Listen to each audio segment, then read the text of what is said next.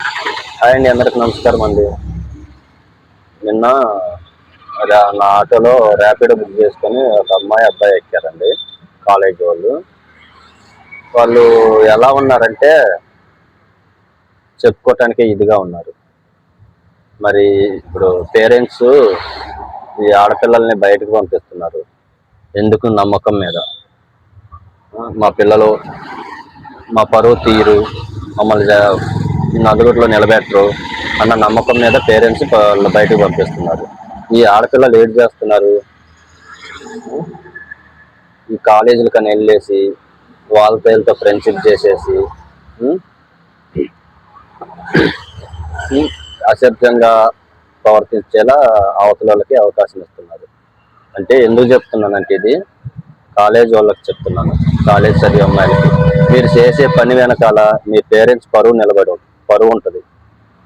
మీరు ఏదో సరదాగా చేస్తున్నారో లేకపోతే సీరియస్గా చేస్తున్నారో తెలియదు. ఇప్పుడు వచ్చిన మగవాడు ఏం చేస్తాడంటే, వాడు అవసరం ఉన్నంత వరకు వాడుకుంటాడు. అవసరం తీరాక నీతో నాకు పని లేదని వెళ్ళిపోతాడు. నిన్న నా ఆటోలో ఎక్కిన ఇద్దరు వాడైతే చేసుకొని ఆ అమ్మాయిని ఎక్కడ టచ్ చేయకూడదు అక్కడ టచ్ చేస్తున్నారు. నొదుటి మీద బొగ్గ మీద ముద్దులు పెట్టేస్తున్నారు. అమ్మా, మీరు చదువుకొని ఒక రేంజ్ లో ఉండాలని మీ పేరెంట్స్ డబ్బు ఉన్నా లేకపోయినా వాళ్ళు కష్టపడి పనిచేసి, వాళ్ళు కూలి పని చేసుకునే వాళ్ళ నుంచి సాఫ్ట్వేర్ జాబ్ చేసే వాళ్ళైనా సరే, కూలి పని చేసుకునే వాళ్ళైనా సాఫ్ట్వేర్ జాబ్ చేసే వాళ్ళైనా మా పిల్లలు ఒక రేంజ్ లో ఉండాలి, ఒక ఉన్నత చదువు చదివించాలి మా పిల్లల్ని అని వాళ్ళు కష్టపడి మిమ్మల్ని చదివిస్తారు. వాళ్ళు కడుపు కాల్చుకొని మీకు చదివిస్తారు. మీరు బయటికి వెళ్ళి ఇలా చేసి మీ కుటుంబాన్ని నలుగురిలో నిలబెట్టిన వాళ్ళ పరువు తీసి వాళ్ళ నీరుకి లాక్కండి తల్లి.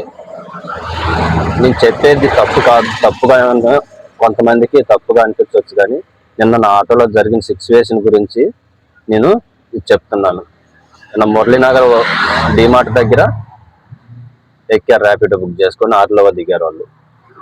మరి మీరిచ్చే చనువు వల్లే ఒక మగవాడు అలా చేయగలుగుతాడు. దాంట్లో చుట్టుపక్కల మీకు సంబంధించిన వాళ్ళు, మీ ఇంటి పక్కల వాళ్ళు కానీ, మీకు బంధువులు కానీ ఎవరో ఒకరు తిరుగుతూనే ఉంటారు. సిటీలో కానీ పక్కన కానీ మనం ఎక్కడో ఉన్నాము, మన గురించి ఎవరికి తెలవదు అనుకోవటానికి కాదు. మీరు చేసే తప్పుకి మీ బంధువులో లేకపోతే మీ ఇళ్ళ పక్కల వాళ్ళు తెలిసిన వాళ్ళు చూసి మీ పేరెంట్స్ దాకా వెళ్ళిందంటే మీ పేరెంట్స్ తల ఎక్కడ పెట్టుకుంటారు? వాళ్ళ పరువు ఏమైద్ది? మీరు అది ఆలోచించుకోవాలి. కొంచెం వచ్చినోడు ఏడు చేస్తాడు, మీకు అవసరం ఉన్నంత వరకు మిమ్మల్ని చూసుకుంటాడు బాగానే. వాడు డబ్బులు ఖర్చు పెట్టి అక్కడే సినిమాకి తీసుకెళ్ళి, ఎక్కడికన్నా హోటల్కి తీసుకెళ్ళి తినిపించి, వాడు అవసరం కాబట్టి వాడు చూసుకుంటాడు. తర్వాత పాడైపోయేది మీ జీవితాలే. అర్థం చేసుకోండి. ఓన్లీ కాలేజ్ చదివే అమ్మాయిలు మీకోసమే నేను చెప్తున్నాను. దయచేసి అర్థం చేసుకొని మీ కుటుంబాన్ని పరువు పోక, మీ కుటుంబం పరువు తీసుకోకుండా వాళ్ళ పరువు నిలబెట్టేలా చూసుకోండి. ఎందుకంటారా? వాళ్ళు కష్టపడి మిమ్మల్ని చదివిస్తుంది ఎందుకో తెలుసా? నా కూతురు ఒక రేంజ్లో ఉండాలి, ఒక లెవెల్కి వెళ్ళాలి. రేపు రోజున పెళ్ళయి అత్తగారి ఇంటికి వెళ్తే అక్కడ ఏ ఇబ్బంది పడకూడదు నా కూతురు అని వాళ్ళు ఎంతో ఆశలు పెట్టుకుని ఉంటారు. మీరు వాళ్ళ ఆశల్ని నిరాశ చేసి వాళ్ళని నలుగురిలో నిలబెట్టి వాళ్ళ కల్పించుకునేలా చేసి వాళ్ళ పరువు తీసేలా చేయకండి. అర్థం చేసుకుని అమ్మాయిలు మీరు చక్కగా మెదిలితే మీ కుటుంబానికి మీరు పరువు నిలబెట్టిన వాళ్ళు అవుతారు. లేదంటే వాళ్ళ పరువు మీరే తీసిన వాళ్ళు అవుతారు. ఒక మగోడు వాడు అవసరం కోసమే వస్తాడు ఒక ఆడ మనిషి కాడికి. దాన్ని మీరు అర్థం చేసుకోవాలి. ఏదోలే మన అవసరం కోసం, ఏదో ఖర్చుల కోసం అని చెప్పేసి వాడు తినిపిస్తున్నాడు చేస్తున్నాడు అని చెప్పేసి వాడు ఎక్కడి వరకు వెళ్తాడో అది తెలుసుకోండి. నేను ఎందుకు చెప్తున్నా అంటే, నిన్న సాయంత్రం నా ఆటోలో జరిగింది కాబట్టి ఈ సిచ్యువేషన్ నేను ఇప్పుడు అందుకని ఈ వీడియో చేస్తున్నాను. లేకపోతే చేసేవాడిని కాదు. దయచేసి కాలేజీకి వెళ్తున్న వాళ్ళు కానీ, జాబులకి వెళ్తున్న వాళ్ళు కానీ, అమ్మాయిలు మీ జాగ్రత్తలో మీరుంటే మీ కుటుంబం పరువు నిలబెట్టిన వాళ్ళే అవుతారు మీరు. సర్లే, మనకు అవసరం ఉంది, వాడితో గడుపుదాము కాసేపు సరదాగా, వాడు ఏదో తినిపిస్తాడు, ఏదో ఖర్చులకు ఇస్తాడు డబ్బులు అనుకుంటే అది మీ పొరపాటు. తర్వాత మీ జీవితాలు నాశనం అయిపోతాయి. దయచేసి అర్థం చేసుకోండి అమ్మాయిలు. మీకు అంతగా మీ కుటుంబం తరపు నుంచి మీ ఖర్చులకి ఏదైనా డబ్బులు రాలేకపోతే కాలేజ్ అయిపోయినాక ఏదో పార్ట్ టైం జాబ్ ఎంచుకోండి. పార్ట్ టైం జాబ్ ఎంచుకొని ఆ జాబ్ చేసుకొని మీ ఖర్చులు సంపాదించుకోండి. ఒకరిచ్చే దాని మీద ఆధారపడటం ఎందుకు? నేను చెప్పింది మీకు నచ్చొచ్చు నచ్చకపోవచ్చు అమ్మా, కానీ నేను ఎన్నో చూస్తున్నా. వందల మంది ఎక్కుతారు రోజు మా ఆటోలో, ఇలాంటి ఎన్నో చూస్తున్నాం. కానీ నేను ఎప్పటి వరకు కూడా నాకేం అనిపించలేదు. కానీ నిన్న సాయంత్రం వాళ్ళు ఆటో ఎక్కి వాళ్ళు చేసిన పనికి నాకు చాలా అసహ్యం అనిపించింది.